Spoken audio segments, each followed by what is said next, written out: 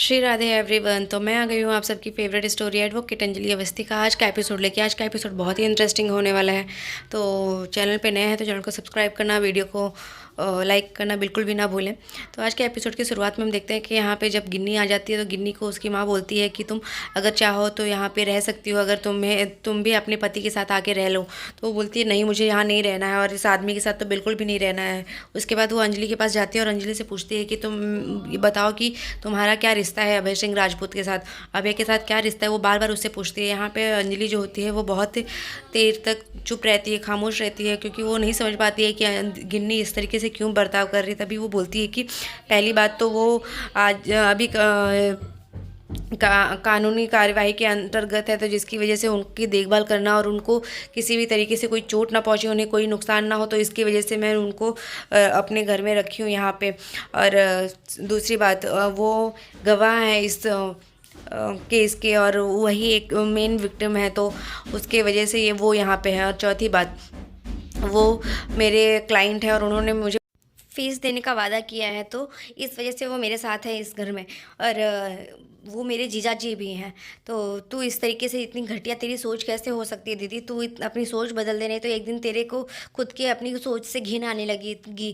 तो इस तरीके से अंजलि उसे बोलती है तो गिन्नी जो होती है और ऑफेंड होने लगती है, उसको बहुत ही गुस्सा आने लगता है, क्योंकि उसे ऐसा लगता है कि इन दोनों के बीच कुछ ना कुछ तो चल रहा है, इसकी वजह से ये लोग यहाँ पे हैं। तभी उस वो वहाँ से इतना कुछ बोल के जाने ही लगती है और यहाँ गिन्नी जो होती है वो बहुत गुस्से में रहती है।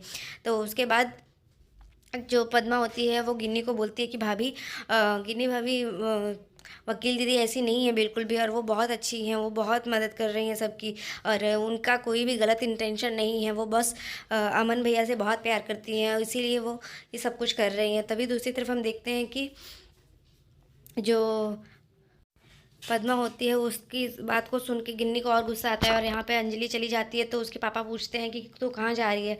तो वो बताती है कि मैं जा रही हूँ एक केस के सिलसिले में, कुछ काम है।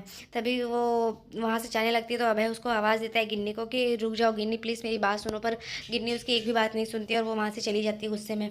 और दूसरी तरफ हम देखते हैं कि जो उसकी सपना होती है वो अभय से माफ़ी मांगती है कि मेरी बेटी की तरफ से मैं माफ़ी मांगती हूँ। बट वो बोलता है कि कोई बात नहीं माँ जी, माफ़ी तो मुझे मांगनी चाहिए आप लोगों से, आप मेरी वजह से आप लोग को इतनी परेशानी हो रही है।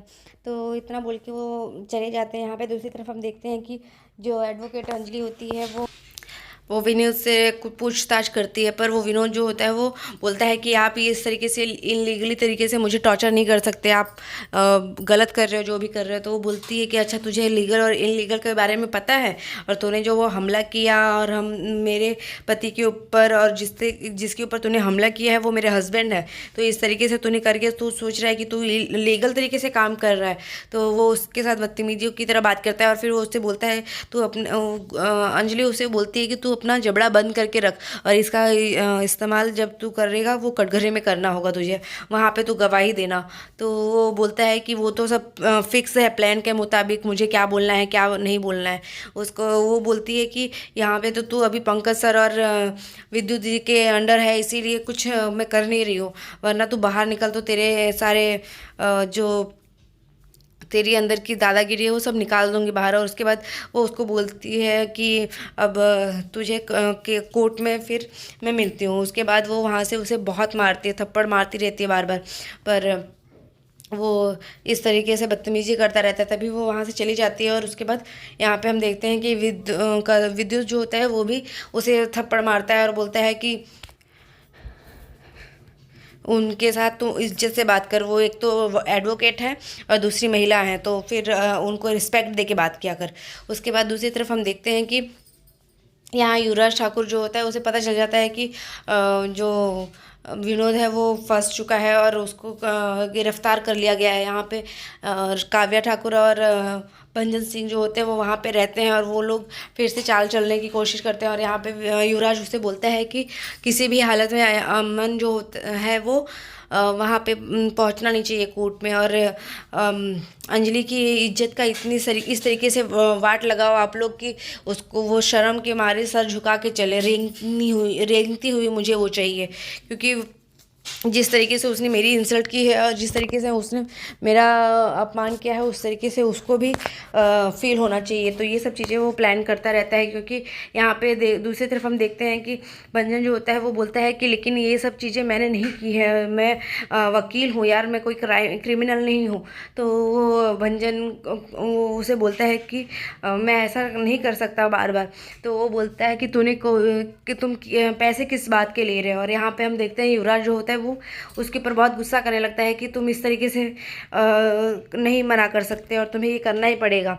तो दूसरी तरफ हम देखते हैं कि जो अंजलि होती है वो बोलती है कि मुझे किसी भी तरीके से अमन जी को गवाही देने के लिए ले जाना ही पड़ेगा, क्योंकि वो बोलती है कि अमन जी कैसे जाएंगे अमन भैया को, क्योंकि पद्मा को लगता है कि अमन भैया तो अभी इस हालत में है, कैसे जा पाएंगे। तो यहाँ पे अंजलि बोलती है कि उन्हें जाना ही पड़ेगा, वो मुझसे इतना प्यार करते हैं कि उन्हें उठना पड़ेगा और गवाही देनी ही पड़ेगी मेरे लिए, क्योंकि इस वजह से उनकी गवाही बहुत मायने रखती है। और उनकी गवाही के बिना मैं और अभय जी हम दोनों को बेगुनाह साबित करने के लिए उनका गवाही बहुत मायने रखती है। और मैं पहले अगर अपने दलीलों को पेश करने के बाद अगर उसकी कोई सुनवाई नहीं हुई तो अमन जी को कटघरे में ले जाना ही पड़ेगा वहाँ पे कोर्ट में।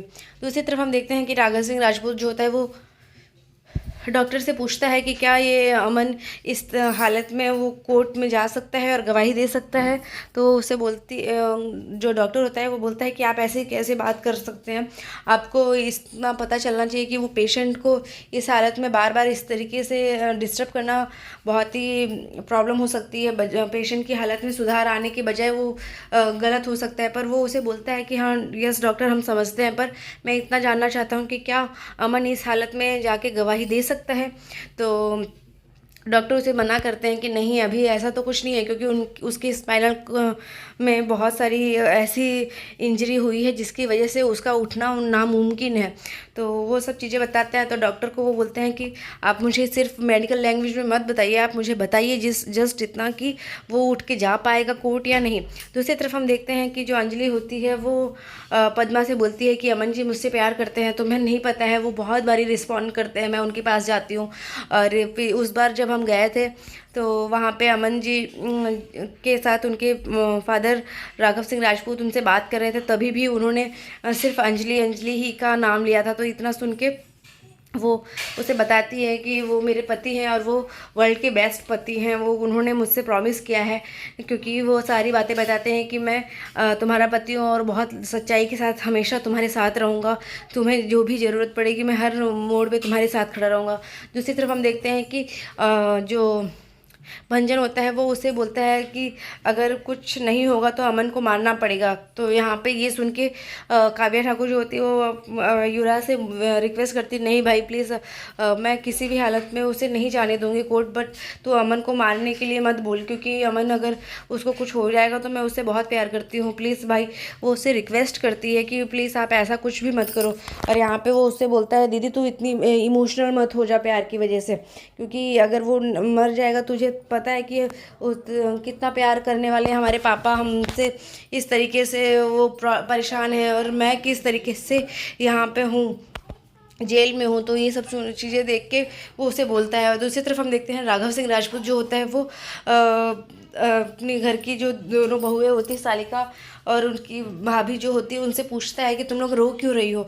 तो वो लोग बोलती हैं कि हमसे ये हालत नहीं देखी जाती है इस अमन की, और हमारा पूरा घर बिखर के रह गया है।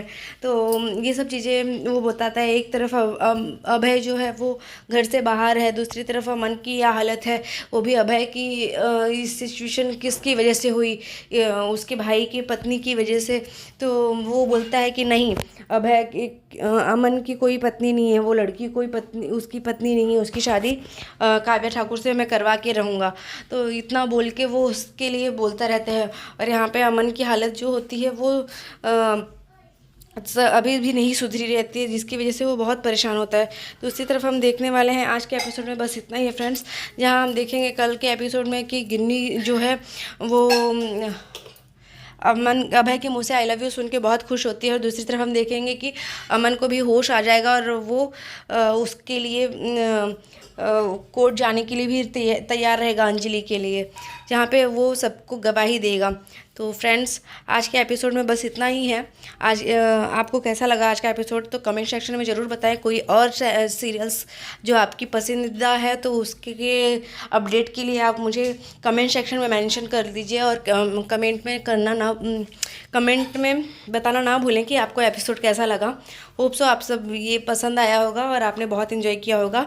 आने वाले कल के एपिसोड में हम देखने वाले हैं कि जहाँ अंजलि अपने नए दाव पे चलेगी और अमन जो है वो उसके लिए गवाही देने आएगा, जहाँ पे युवराज ठाकुर के थ्रू बहुत ही सारे प्लान होंगे कि अमन को ना जाने दिया जाए, क्योंकि वो चाहती है और क्योंकि वो उन लोग को पता है कि जो अंजलि है वो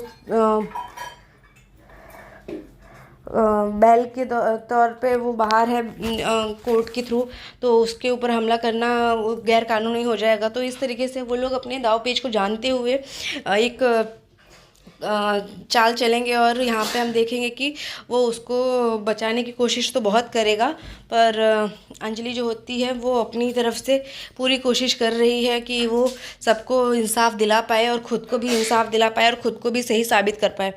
तो आज के एपिसोड में बस इतना ही है फ्रेंड्स, मिलते हैं नेक्स्ट एपिसोड में। तब तक के लिए bye bye, take care, Radhe Radhe, अपना बहुत ध्यान रखिएगा।